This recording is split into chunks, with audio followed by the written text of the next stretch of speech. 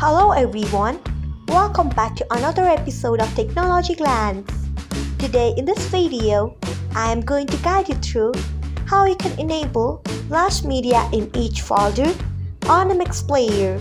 So let's get started.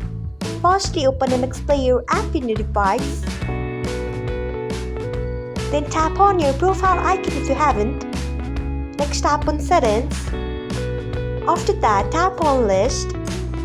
Next, you can see the option of Flash Media in each folder. Enable it by ticking on it by tapping on it. So this is how you can enable Flash Media in each folder on MX Player. Thanks for watching. If you found this guide helpful, we would love it if you hit the thumbs up button below. We upload great new tech tutorials like this one every day, so do not forget to subscribe to our channel and hit the bell icon so that you will never miss another update.